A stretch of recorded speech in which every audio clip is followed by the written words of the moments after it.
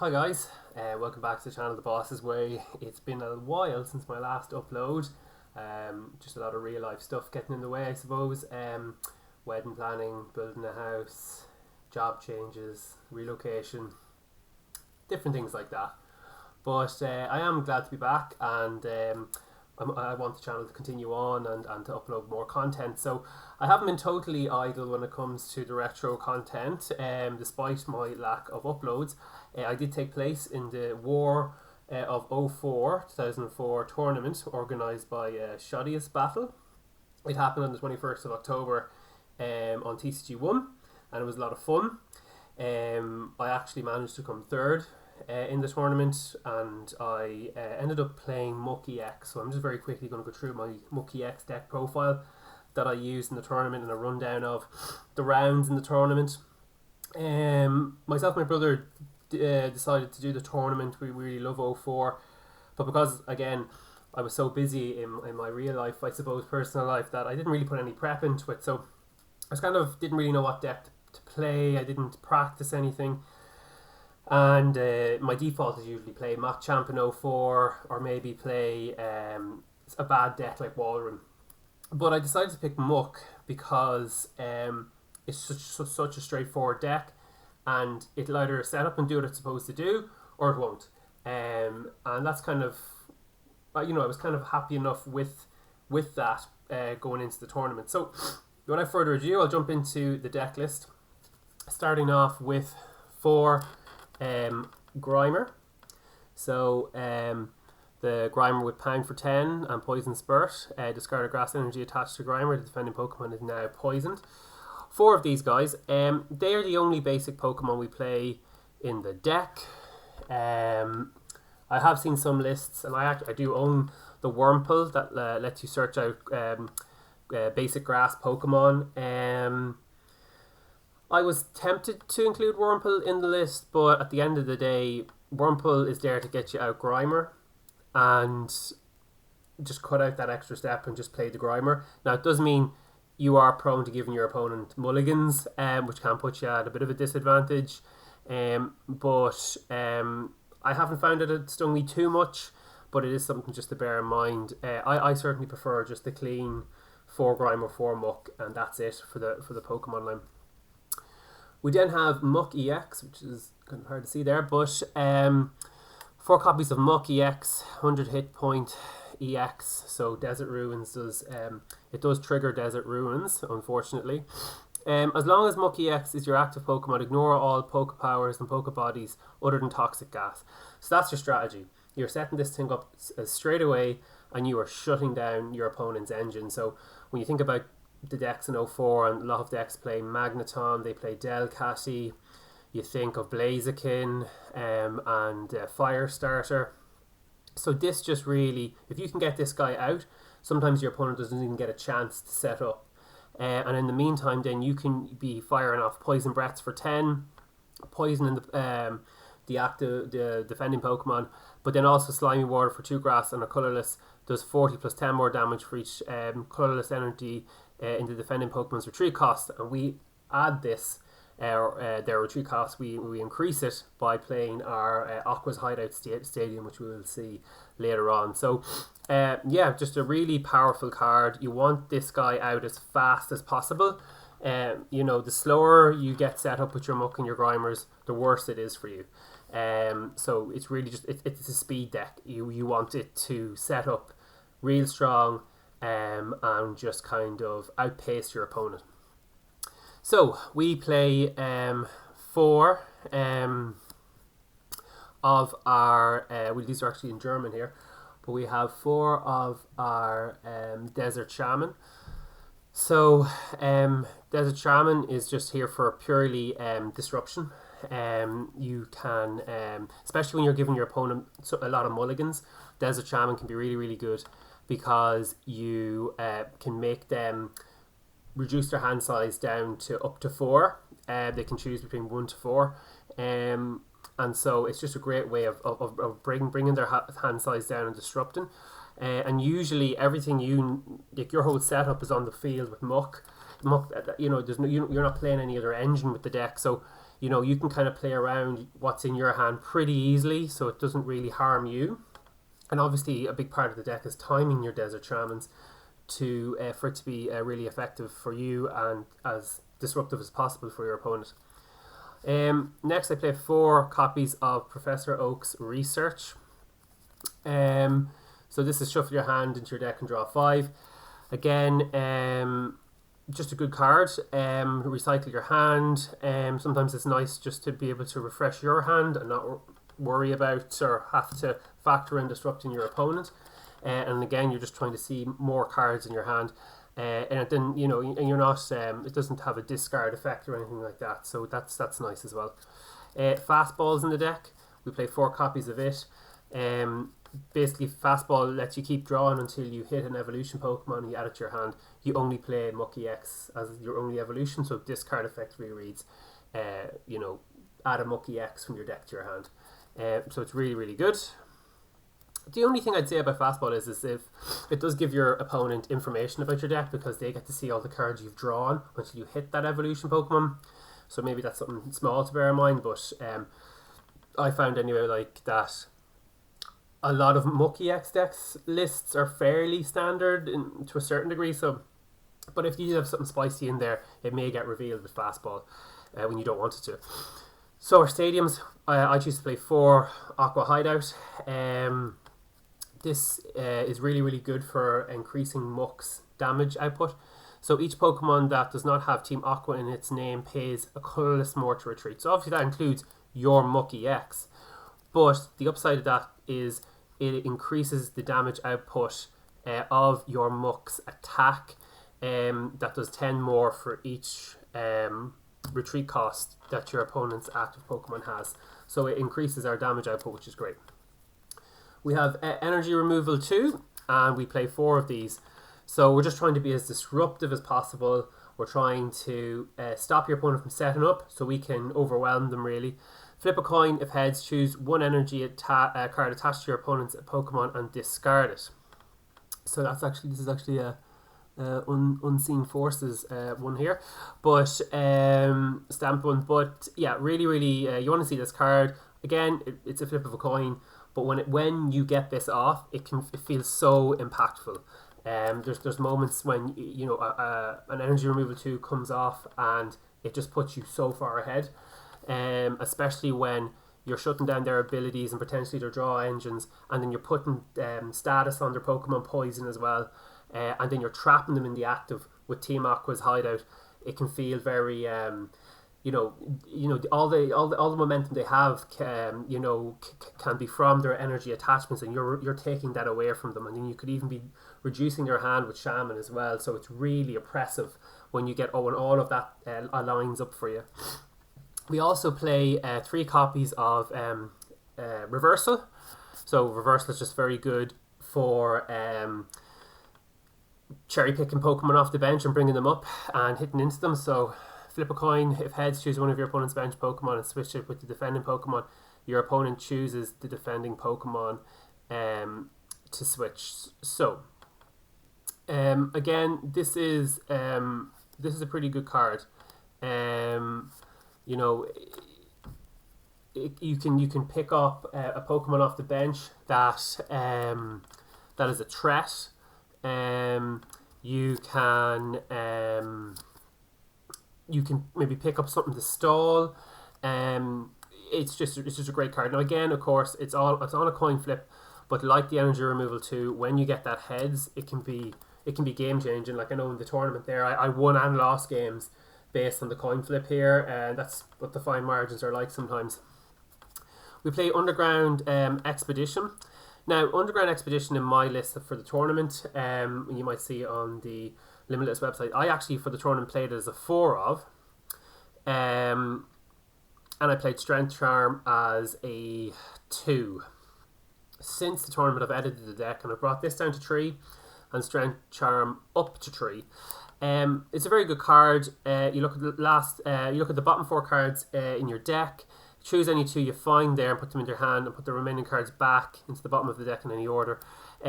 Just a great way of kind of seeing 4 cards and picking two of the 4 that's most relevant to yourself.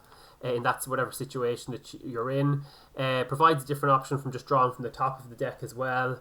Yeah, it's a good card. I played it at 4. I thought it was good. Sometimes, you know, it's not great when you have 2 in your hand and it's the only supporter you have for those 2 turns, because you're seeing the same cards playing back to back underground expeditions, and for that reason I think I would drop it down to a 3, which I have dropped it down to a 3, and increase Strength Charm instead, but still a very, very good card. Stephen's Advice I play as a 3 of, just a generically great card and played in pretty much every deck. In 04, if you've so draw a card up to the number of your opponent's Pokemon in play, and if you have 7 or more cards, including this one in your hand, you can't play this card. So basically, you're just punishing your opponent for setting up big boards. One thing about this deck is you don't really, or ever have a massive bench, and you can control the board for long periods of time with just 1 muck in the active and maybe just 1 on the bench. So a great thing about this deck is you are never really giving your opponent an opportunity to get massive payout from them playing Stephen's Advice against you, but you can often get it against them if they happen to get a Dunsparce lead and they're setting up, and you're trying to obviously see as many cards as you can, like your energy removals, your hideouts, your reversals, your shamans, to try and disrupt them and slow them down. So you can benefit off them actually setting up with Stephen's Advice. Strength Charm, so in the tournament I did play it as a 2 of, I play it as a 3 now. So basically it just provides an extra, just 10 more damage, and at the end of your turn you discard Strength Charm, and this is after applying weakness and resistance. Strength Charm just wins you matches. It won me a few matches. That extra 10 damage is just, you wouldn't think of, but actually it's so important, and it comes up a lot more than you might think. So I just love seeing Strength Charm. It can really just, it can win you matches, because it can be that difference between taking a KO now and winning, or not taking the KO and the next turn your opponent takes the KO and you lose. Especially when your main attacker in the deck is an EX, and every time your EXs go down, your opponent's taking 2 prizes, and you mightn't always be playing into other EXs in this format. So Strength Charm is just really, really good. I play Full Heal. Remove all special conditions from your active Pokemon. Played as a 2 of. It's just because if Muck gets status on it, then it's Toxic Gas doesn't work, and then you're kind of part of your strategy is offline, which you don't want. Dual Ball, 2 of. So flip 2 coins for each head. Search your deck for a basic Pokemon card other than a baby Pokemon card. Show it to your opponent and put it into your hand. Shuffle your deck. So yeah, it's just a great way of choose your own out. Your Grimer. It's on coin flips, but there's no downside to it, I suppose, or cost to it, should I say. Again, you'll notice that this is a very coin flippy deck. So you can lose matches because you just see a lot of tails in a game, and that does happen. It's a very, I suppose Muck is a very kind of high rolly deck in a way, because your opponent may or may not get loads of mulligans. You may see a lot of tails. They may draw into the things that they need after you've disrupted them, but I think that's what makes the deck a lot of fun as well. Oranberry I play as a 2 of.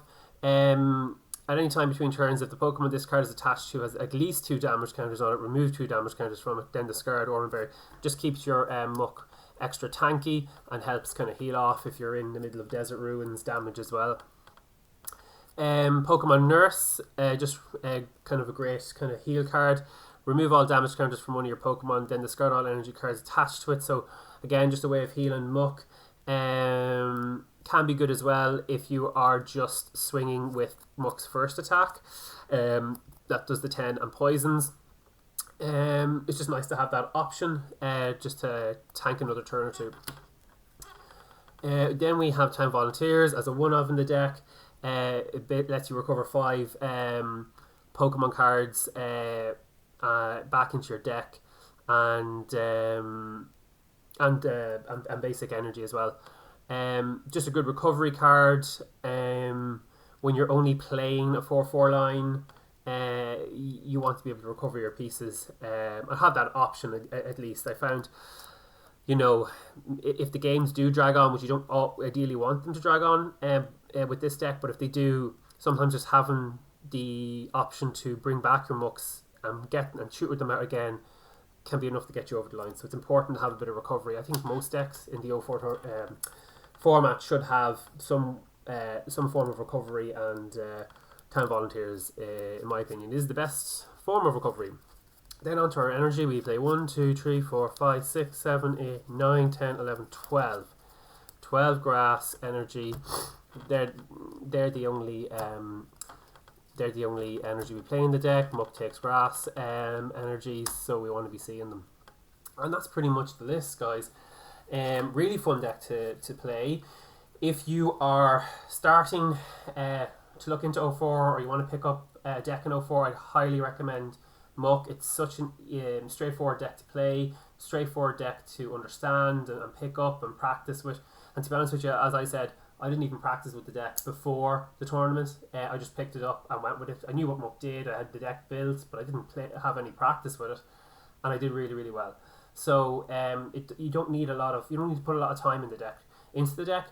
But then the more you play it, you do kind of find the little preferences that you have. As I said, with my change in my counts for Underground Expedition and Strength Charm.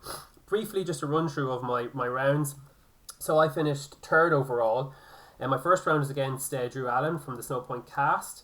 He was playing a Lantern Gorbis, so basically I just set up Muck really, really fast, did Muck things. He couldn't really respond, couldn't do anything, and he just couldn't keep up. So that was just Muck doing Muck things. Pretty easy win.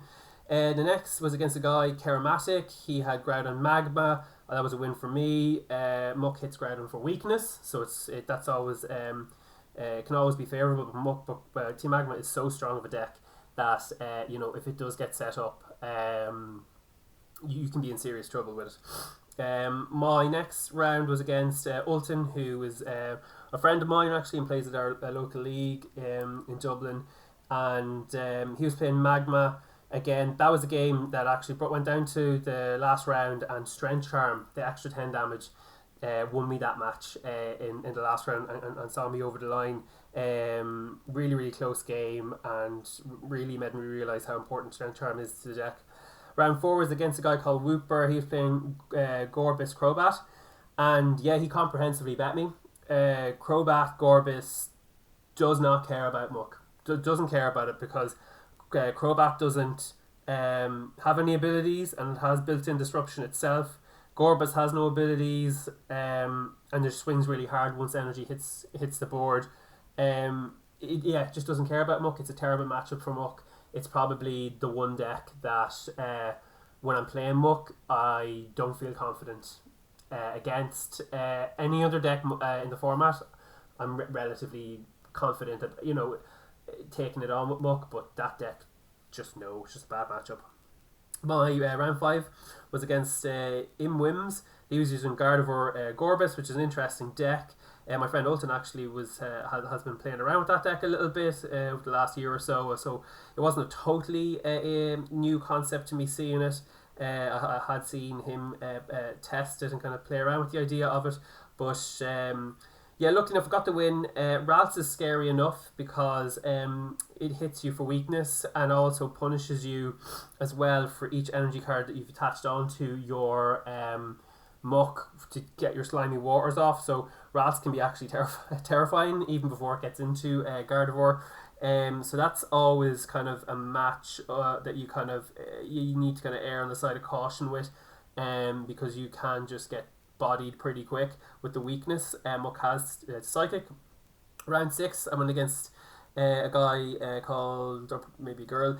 It's 7 a.m. He was playing Mucky X2. It was a Mucky X Mirror, which was interesting. But basically, from what I can recall, I just set up quicker than him and kind of could take it from there. But it's a very grindy match. The Mirror, very, very grindy. And it's really all about, I suppose, who gets the damage on first, who can heal off better, and who can keep that momentum, just stay ahead of each other. So that brought me into my top 8. So I was delighted, and I was in top 8, and I've put no preparation at all into the tournament, and I found myself in top 8. So I played against a guy called Mysterious Player, and he was using a Gorbis, Medicham, Team Magma Camper up deck. So it was a interesting deck, covering I suppose different typings there as well. Pretty versatile deck, but managed to get the win there handily enough from what I remember. And then all of a sudden I found myself into top 4. And this is where I lost. I bumped into Robin Schultz, who, as we all know, is a fantastic player, and actually won the previous 2004 tournament that was organised by Jay Hornung with Team Magma as well. But luckily enough, look, I was very happy with the run I got. You know, I brought Robin to a game 3. My deck didn't really set up too well, which for the first time actually all day. But you know, when you're playing into Magma with grass weakness, you always have a chance. And I got him to game 3, but just couldn't see it out at the end. And then Robin ends up winning the tournament. So with his Magma list again, so just a phenomenal player. But look, like I said, I had so much fun, and for the amount of time I put into it beforehand, which was none, I got maximum output from it by coming 3rd overall in top 4, winning a few prize packs as well. So that's really it. Just want to say a massive thank you to Shadius. You can find him on Twitter as well for organising the tournament. He also runs other tournaments as well, and since then I think he's won a RSTPK tournament as well. So anyone who's into retro format, Pokemon retro formats, definitely should check out his YouTube. But yeah, that's pretty much it for our deck profile here. My 3rd place finished in the 04 tournament. It was a pretty big tournament. I can't recall exactly how many players, but I believe it was over 60 who played in the tournament, and or who certainly registered for the tournament. And yeah, it was a lot of fun. It really was a lot of fun. I do hope to keep these uploads going. I know there's been some comments on my videos. I will get back to those. I might even branch out and do a little bit of Yu-Gi-Oh! Speed Duel content maybe at some stage. I've like about 50 decks built, character decks. I try to keep those decks within character as well. So if anyone's interested in that, you can let me know. But yeah, that's pretty much been it. I hope to do another upload soon, and I hope you've enjoyed the video. Okay, that's it for this time, guys. Thank you very much, and we'll see you next time.